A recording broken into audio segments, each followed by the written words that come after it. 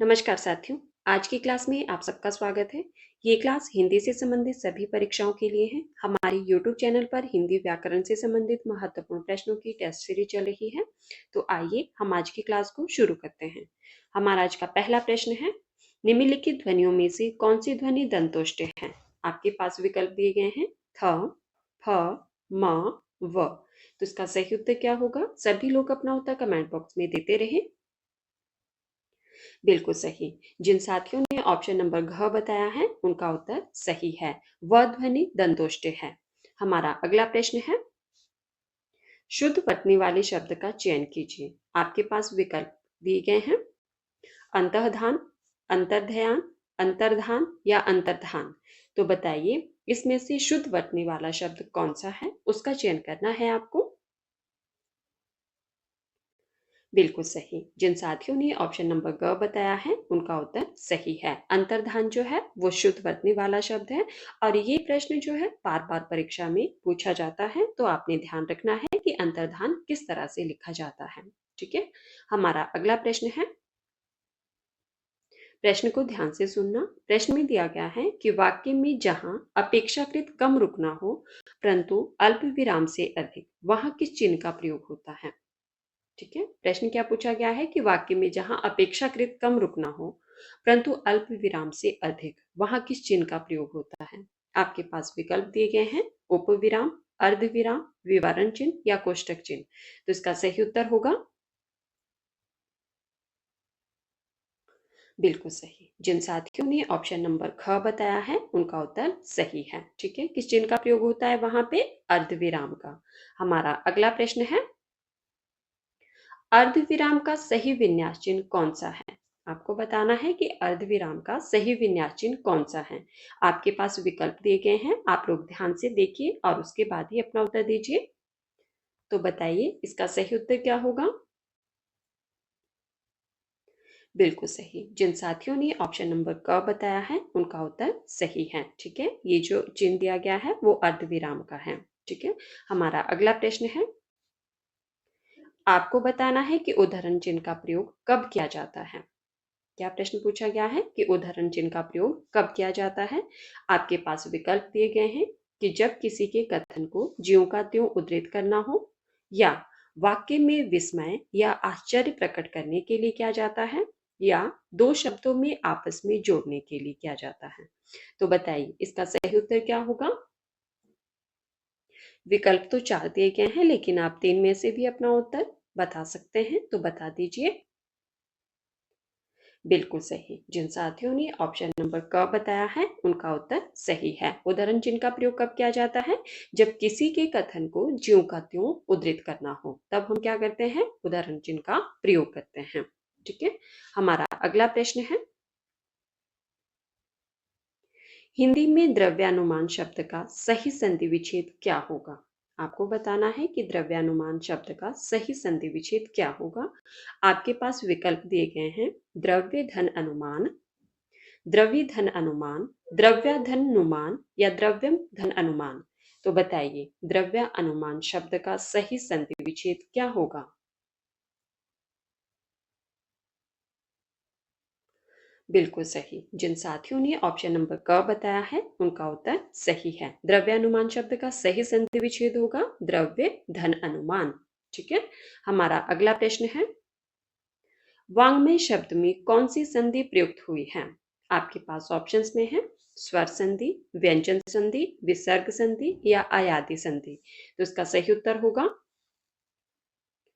बताइए वांग्मय शब्द दिया गया है आपके पास, आपको बताना है कि इसमें कौन सी संधि प्रयुक्त हुई है। बिल्कुल सही। जिन साथियों ने ऑप्शन नंबर ख बताया है उनका उत्तर सही है। व्यंजन संधि प्रयुक्त हुई है इसमें। ठीक है। हमारा अगला प्रश्न है, अन्वय शब्द का सही संधि विच्छेद क्या होगा? आपके पास शब्द दिया गया है अन्वय, इसका सही संधि विच्छेद करके बताना है आपको कि क्या होगा।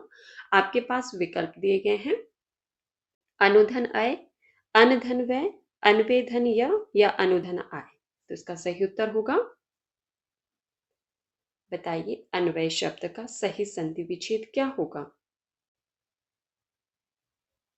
बिल्कुल सही। जिन साथियों ने ऑप्शन नंबर क बताया है उनका उत्तर सही है। अनु धन अय, अन्वय का संधि विच्छेद होगा। हमारा अगला प्रश्न है, निम्नलिखित में से सदाचार का सही संधि विच्छेद चुनिए। बताइए सदाचार का सही संधि विच्छेद क्या होगा। आपके पास विकल्प दिए गए हैं, सदाधन आचार, सतधन आचार, सदधन आचार या सहधन आचार। तो इसका सही उत्तर होगा, सदाचार का संधि विच्छेद करिए, बताइए क्या होगा। बिल्कुल सही। जिन साथियों ने ऑप्शन नंबर ख बताया है उनका उत्तर सही है, सत धन आचार। सदाचार का संधि विच्छेद होगा। हमारा अगला प्रश्न है, महर्मी शब्द का सही और व्याकरणिक संधि विच्छेद क्या होगा।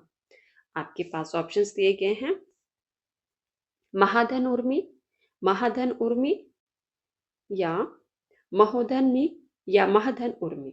तो बताइए इसका सही संधि विच्छेद क्या होगा। मैं इसको थोड़ा छोटा कर देती हूँ ताकि आपको सारे ऑप्शंस दिख जाए। बताइए इसका सही संधि विच्छेद क्या होगा। बिल्कुल सही। जिन साथियों ने ऑप्शन नंबर क बताया है उनका उत्तर सही है। ठीक है, महाधन उर्मी। हमारा अगला प्रश्न है, निम्नलिखित में से किस शब्द में अव्ययी भाव समास नहीं है। प्रश्न को ध्यान से सुनिए। प्रश्न है कि निम्नलिखित में से किस शब्द में अव्ययी भाव समास नहीं है।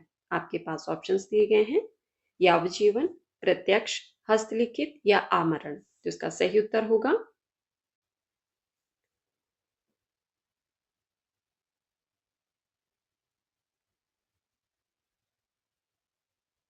जी नहीं। प्रश्न को ध्यान से सुनिए। प्रश्न में पूछा गया है कि अव्ययी भाव समास नहीं है, नहीं का खासकर ध्यान रखना होता है।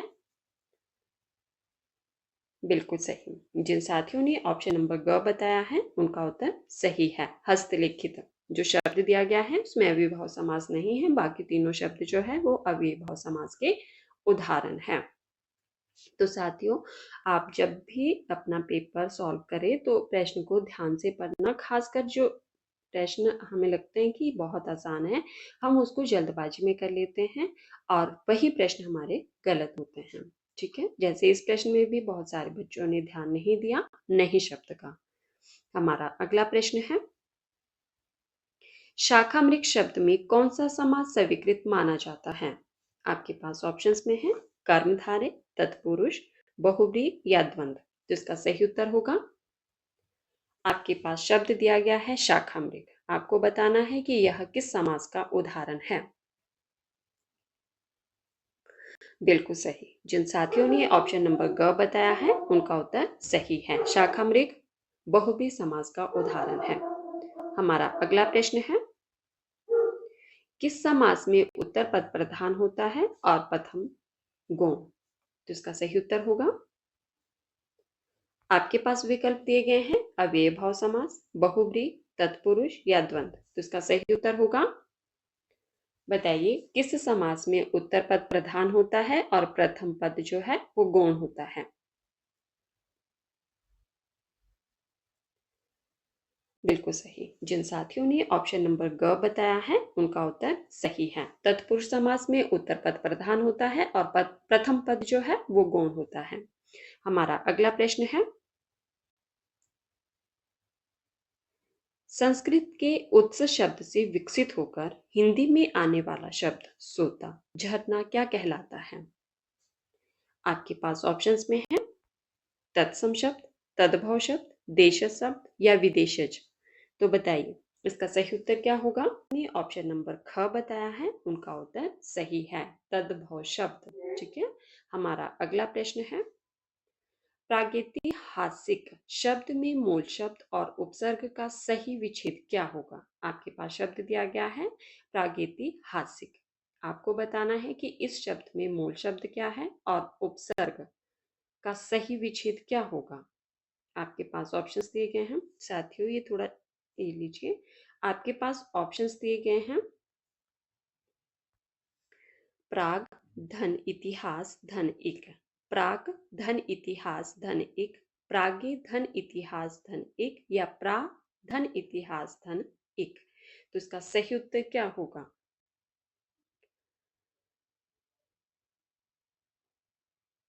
बिल्कुल सही। जिन साथियों ने ऑप्शन नंबर ख बताया है उनका उत्तर सही है। प्राग धन इतिहास धन इक। ठीक है।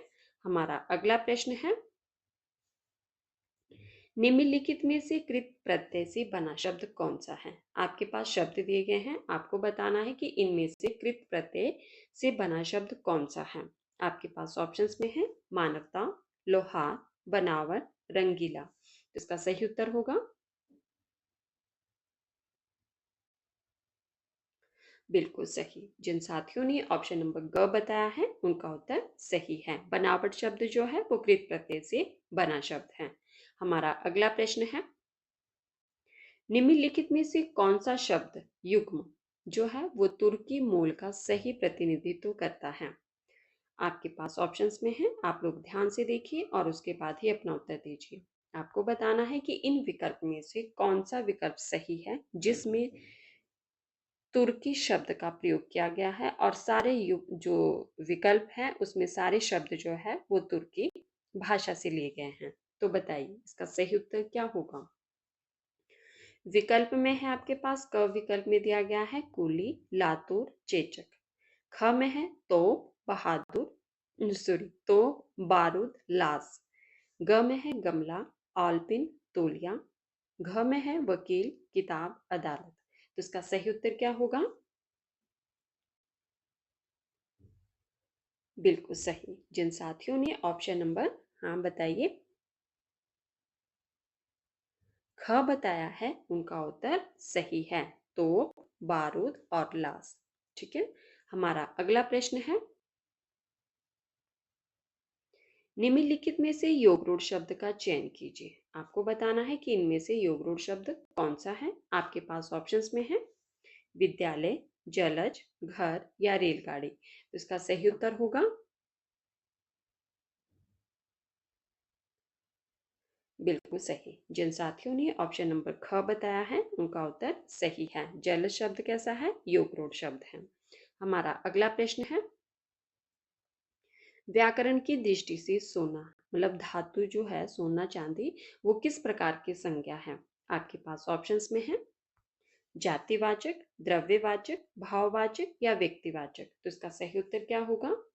साथियों अगर आपने यहाँ तक क्लास देखती है तो प्लीज़ एक लाइक तो बनता ही है और साथ में अगर हो सके तो वीडियो को शेयर भी कर दीजिए और मुझे कमेंट करके लास्ट में ये भी बताना कि आज की क्लास में आपके कितने प्रश्न सही हुए। और साथ साथ में मुझे ये भी बताना कि आप लोग किस परीक्षा की तैयारी कर रहे हैं ताकि हमारे प्रश्नों का पैटर्न जो है वो उस हिसाब से हम ला सकें। ठीक है। तो बताइए इस प्रश्न का सही उत्तर क्या होगा? आपको बताना है व्याकरण की दृष्टि से मतलब सोना चांदी जो धातु होती है वो किस प्रकार की संज्ञा है। बिल्कुल सही। जिन साथियों ने ऑप्शन नंबर ख बताया है उनका उत्तर सही है, द्रव्यवाचक संज्ञा। ठीक है, द्रव्यवाचक संज्ञा के उदाहरण है ये। हमारा अगला प्रश्न है, निम्नलिखित में से निजवाचक सर्वनाम का शुद्ध उदाहरण कौन सा है? आपको बताना है कि इनमें से जो आपके पास विकल्प दिए गए हैं निजवाचक सर्वनाम का शुद्ध उदाहरण कौन सा है। आपके पास विकल्प दिए गए हैं कि हम सब मिलकर काम करेंगे, हम अपने आप ही चला गया, सॉरी वह अपने आप ही चला गया, कोई बाहर खड़ा रो रहा है, तुम क्या पढ़ रहे हो। तो बताइए इसका सही उत्तर क्या होगा? कौन सा वाक्य निजवाचक सर्वनाम का उदाहरण है? बिल्कुल सही। जिन साथियों ने ऑप्शन नंबर ख बताया है उनका उत्तर सही है, वह अपने आप ही चला गया निजवाचक सर्वनाम का उदाहरण है। पिछली क्लास में ही हमने सर्वनाम के बारे में पढ़ा था। तो जिन साथियों ने इससे पहले वाली क्लासेस को नहीं देखा है अगर आप चाहें तो हमारे यूट्यूब चैनल पर सारी क्लासेस जो है वो अवेलेबल है, आप लोग देख सकते हैं। ठीक है। हमारा अगला प्रश्न है, किस वाक्य में प्रविशेषण का प्रयोग हुआ है? आपके पास वाक्य दिए गए हैं कि राधा बहुत सुंदर लिखती है, कश्मीरी सेब सुंदरी लाल होता है, घोड़ा मैदान में दौड़ रहा है, वह लड़का चतुर निकला। तो इसका सही उत्तर होगा, बताइए इनमें से किस वाक्य में प्रविशेषण का प्रयोग हुआ है? जो हमारी नेक्स्ट क्लास होगी वो हमारी विशेषण से संबंधित ही होगी। तो बताइए कौन सा वाक्य जो है वो प्रविशेषण का उदाहरण है या किस वाक्य में प्रविशेषण का प्रयोग हुआ है। बिल्कुल सही। जिन साथियों ने ऑप्शन नंबर ख बताया है उनका उत्तर सही है। कश्मीरी सेब सुंदरी लाल होता है। हमारा अगला प्रश्न है, निम्नलिखित में से विधेय विशेषण का सटीक उदाहरण कौन सा है। आपको बताना है कि इन वाक्यों में से विधेय विशेषण का सटीक उदाहरण कौन सा है। आपके पास विकल्प दिए गए हैं। सुंदर बालक रो रहा है, मेरा कुत्ता काला है, मुझे थोड़ा पानी दे दो, वह बुद्धिमान व्यक्ति है। तो बताइए इसका सही उत्तर क्या होगा। आप जानते हैं कि शायद हमने पढ़ा भी है विधेय और उद्देश्य के बारे में। आपको बताना है कि इनमें से विधेय विशेषण का सटीक उदाहरण कौन सा है। बिल्कुल सही। जिन साथियों ने ऑप्शन नंबर ख बताया है उनका उत्तर सही है। मेरा कुत्ता काला है।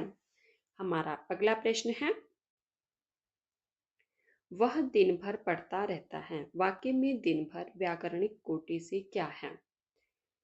आपके पास ऑप्शंस में है परिमाणवाचक क्रिया विशेषण, कालवाचक क्रिया विशेषण, स्थानवाचक क्रिया विशेषण या रीतिवाचक क्रिया विशेषण। तो इसका सही उत्तर होगा, आपके पास वाक्य दिया गया है कि वह दिन भर पढ़ता रहता है। आपको बताना है कि जो इस वाक्य में दिन भर शब्द का प्रयोग हुआ है व्याकरण की कोटि से वह क्या है, किसका बोध करा रहा है ये।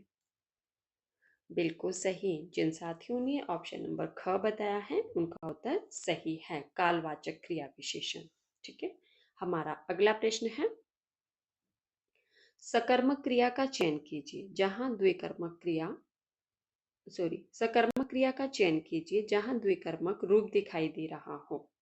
आपके पास ऑप्शंस में है, अध्यापक ने छात्रों को व्याकरण पढ़ाया, मोहन रात भर सोता रहा, उसने एक नया मकान खरीदा। तो इसका सही उत्तर क्या होगा, बताइए। 3 विकल्प में से ही अपने उत्तर का चयन कीजिए।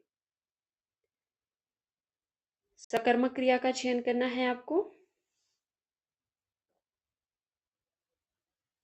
बिल्कुल सही। जिन साथियों ने ऑप्शन नंबर क बताया है उनका उत्तर सही है। अध्यापक ने छात्रों को व्याकरण पढ़ाया। इसमें कौन सी क्रिया प्रयुक्त हुई है, सकर्मक क्रिया। हमारा अगला प्रश्न है,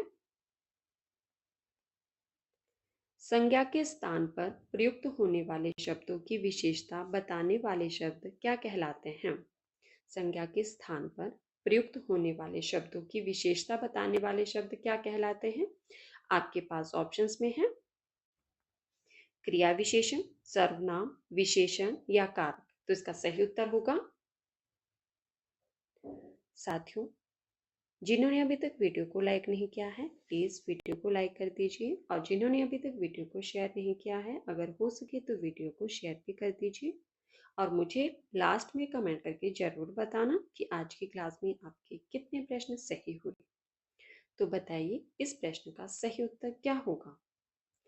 संज्ञा के स्थान पर प्रयुक्त होने वाले शब्दों की विशेषता बताने वाले शब्द क्या कहलाते हैं। बिल्कुल सही। जिन साथियों ने ऑप्शन नंबर ग बताया है उनका उत्तर सही है। मेरे प्यारे बच्चों प्रश्न को ध्यान से सुन लीजिए, उसके बाद ही अपना उत्तर देना शुरू कीजिए। प्रश्न में क्या पूछा गया था कि संज्ञा के स्थान पर प्रयुक्त होने वाले शब्दों की विशेषता बताने वाले शब्द। आपसे ये नहीं पूछा गया था कि ये संज्ञा के स्थान पर प्रयुक्त होने वाले शब्द क्या कहलाते हैं। प्रयुक्त होने वाले शब्दों की विशेषता बताने वाले को क्या कहते हैं, ये पूछा गया था। तो आपका सही उत्तर होगा विशेषण। ठीक है। तो साथियों ये थे हमारे आज के कुछ महत्वपूर्ण प्रश्न जिन पर हमने चर्चा की। अगर आपको क्लास पसंद आए तो प्लीज़ वीडियो को लाइक कर देना, वीडियो को शेयर कर देना, और जो साथी पहली बार चैनल पर आए हैं वो चैनल को सब्सक्राइब भी करना ताकि आने वाली हर वीडियो की नोटिफिकेशन आप तक पहुंचे। और जब आप चैनल को सब्सक्राइब करोगे तो बेल आइकन को भी प्रेस करना, ठीक है, ताकि आने वाली हर वीडियो की नोटिफिकेशन आप तक पहुंचे। इससे आगे वाले प्रश्नों पर हम नेक्स्ट क्लास में चर्चा करेंगे। ठीक है। धन्यवाद। Bye bye.